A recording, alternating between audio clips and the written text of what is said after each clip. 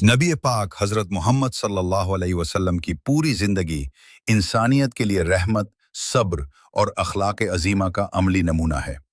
مکہ مکرمہ میں جب ظلم، تکلیفیں اور مخالفت حد سے بڑھ گئی اور آپ صلی اللہ علیہ وسلم کے چچا ابو طالب اور زوجہ محترمہ حضرت خدیجہ رضی اللہ عنہا کا انتقال ہو گیا، تو یہ سال تاریخ میں عام الحزن، غم کا سال کہلایا۔ اسی غم کے عالم میں نبی کریم صلی اللہ علیہ وسلم نے اللہ کے دین کی دعوت کو آگے بڑھانے کے لیے طائف کا سفر فرمایا۔ طائف کے لوگ مالدار، طاقتور اور با اثر سمجھے جاتے تھے۔ آپ صلی اللہ علیہ وسلم کو امید تھی کہ شاید یہاں کے لوگ حق کو قبول کر لیں گے یا کم از کم پناہ اور تعاون فراہم کریں گے، مگر جو کچھ وہاں پیش آیا وہ انسانی تاریخ کے سب سے دردناک مناظر میں سے ایک ہے۔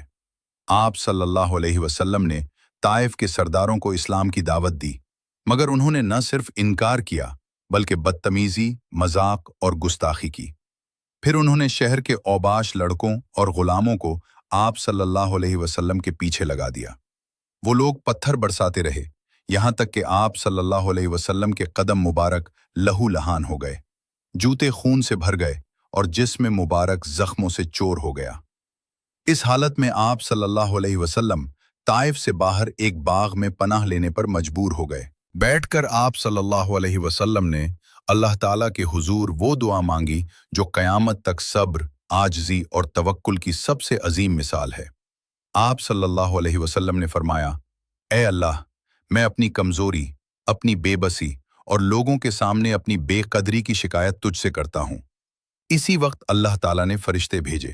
حضرت جبرائیل علیہ السلام آپ صلی اللہ علیہ وسلم کے پاس آئے اور عرض کیا کہ اگر آپ صلی اللہ علیہ وسلم حکم دے تو پہاڑوں کا فرشتہ دونوں پہاڑوں کو ملا کر طائف والوں کو کچل دے۔